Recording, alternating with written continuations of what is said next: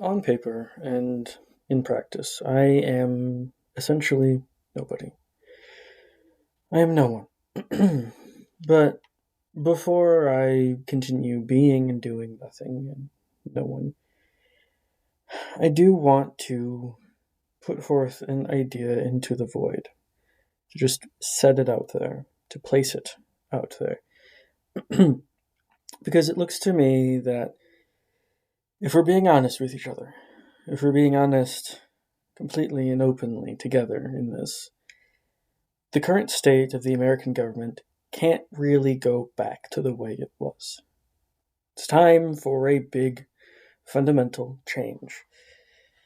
And I know big fundamental changes scare people, so I have propositions, I have ideas that are much smaller, but they're still drastic, they're still big things.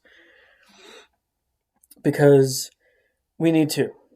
We need to, and now is the time. More than ever, more than ever at any point in the history of time, we need to make these changes. And it's going to have to be the people who do it. It's not going to be those in power, it's not going to be those in charge. It's time for the Constitution 2.0.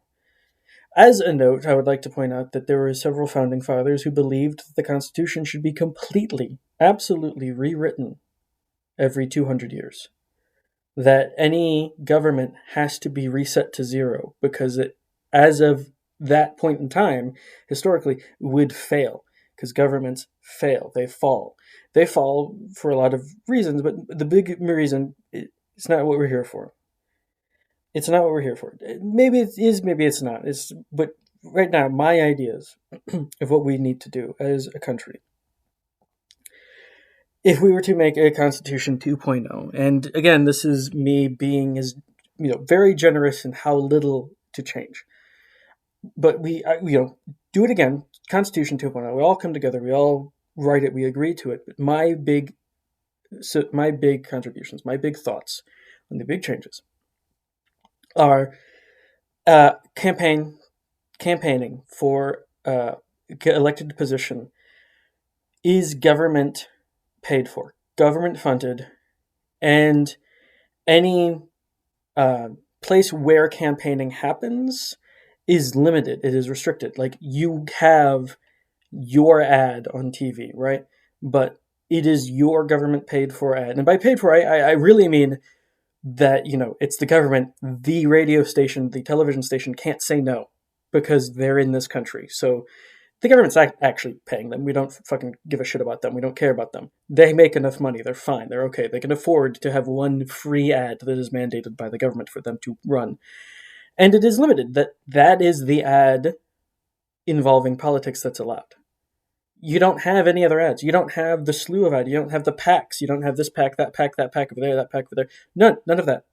None. Get rid of all of them. They're all gone. You get rid of the organizations, the DNC and the RNC, they're gone. Go away. We don't need you. If you want to run for a government position, you go, you fill out the paperwork, you say you want to run, and then you are given your allotted time space. You don't have to be part of a party. You don't have to get people to agree to let you into a party. You just run. And you're there, you did it. You have your ad that has to be run equally to other, other campaigning individuals, right? And personally, for me, I believe that the executive branch needs to be completely restructured and pared down. And I think now this is me, right? But this is what I believe is the case that's going to work. No president. You can still have the executive branch, but it's not a president. The way I would imagine the executive branch to work would be that the American people across the entire country, they still vote every 4 years and they have the election, but they don't vote for a person. This is important. They don't vote for a person. They vote on policies. They vote on what they think is important as a country to stand for and believe in. And they don't, because there is the law or the wisdom of the masses as a phenomena. If you just quietly, blindly, anonymously ask everyone a question, they will all say something different. But if you can calculate it out, if you can average it out, if you can find the mean or the median or one of those, I don't remember which one at this exact moment, and how you would do it on policy would be hard, but whatever it is to come up is going to be the best solution. So you give everyone a lot of options, a lot of freedom in what they put down, and they do it quietly by themselves, and they don't know what anyone else says, and they don't, talk about it beforehand. What they're going to come up with is going to be the best answer to it, because you pull everyone at once, and it's a really common phenomenon. You can look it up, but they did this with a jar of beans, and every single person was incorrect. Every single person was way off. But when they did the math and you averaged it out, you did the median, or the number that's in the middle, that again no one put, but the number that's in the middle of all of the numbers was correct by a really close amount. It wasn't spot on, it wasn't dead on, but it was incredibly close. And you can do this. So if you can do this with policy, with what the country is going to stand for, it's going to be good. It's going to be what is actually beneficial for everyone. That is the correct thing. And then for the executive branch, the cabinet isn't going to be people whose names we know and faces, or we're not really, we don't vote for them. We're not trying to get this person into office. That's not the point of it. The point of it is that their goal, and so you still need transparency, you still need accountability, you still need to be able to see them, but you're not electing them.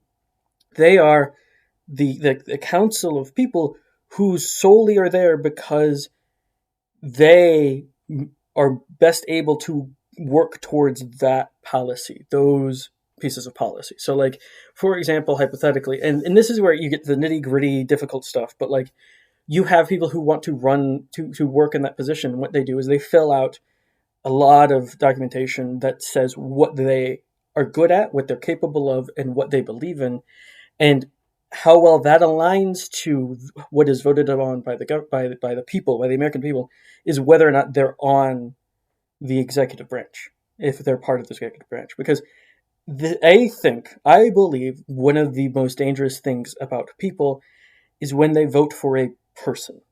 I think that's the issue, is that they have people that they latch onto, that they look at, that they fixate on, that they believe in. And I think that's the failing point. I think that that's the flaw. I think the people as a whole, on average, across the entire human race, people are good. And more so than that, ultimately, people have the capacity for good. They absolutely have the capacity. Every single living person has the capacity to be good.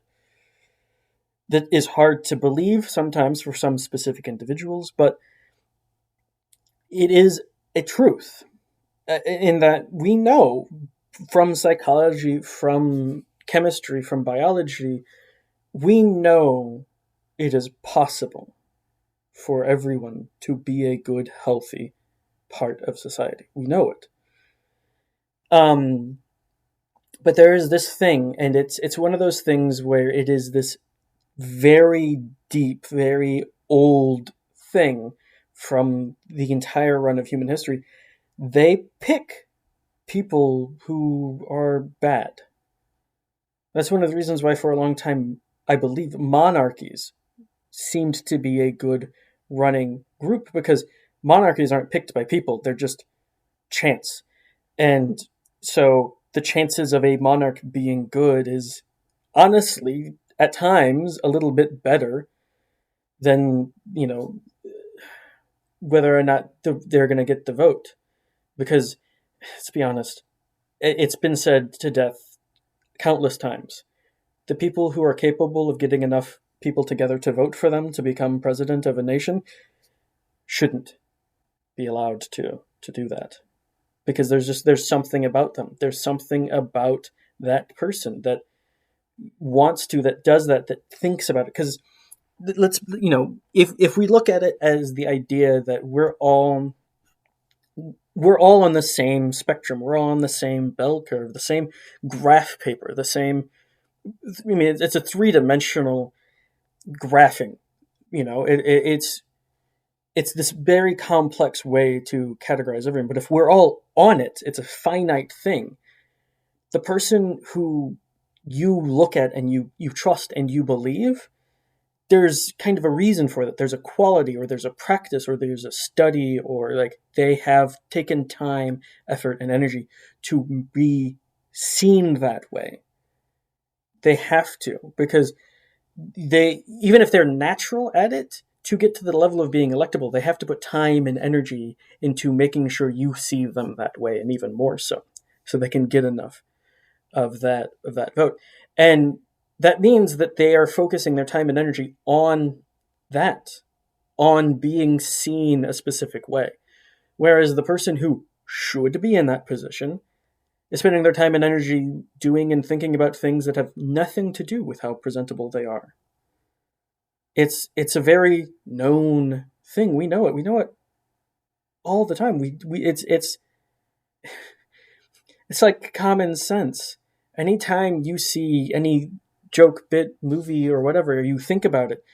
The person who is most capable of running a country is going to be like Sherlock Holmes. His house is a chaotic mess of nonsense and bullet holes, and there's these weird smells in the air. But because he's not paying attention to appearance, cleanliness, or tidiness, or orderliness, or what he's wearing.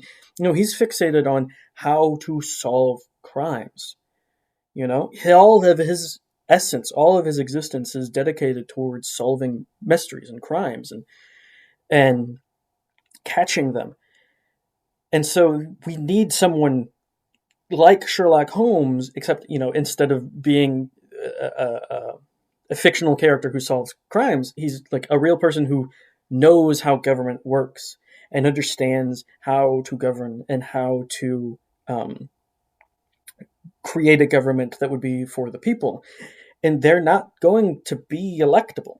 You won't be able to, no one's going to vote for him. They're not going to do it. That's just the way of things. But if we vote on what the government should be, what it should do, and we get people who can do that, who can work towards that, and they don't have to be electable. They don't have to be presentable. They just have to do the job. I think at that point we will have a better country. Just immensely. Especially since if you look at the numbers, every single supposedly controversial idea and policy point that everyone thinks is the end of the world, that is the doom of all things, that is, ruining everything. The majority of people, especially when you get into the nitty-gritty, find the bits of it, like what it actually means, what we're actually talking about, at least 60% of people agree.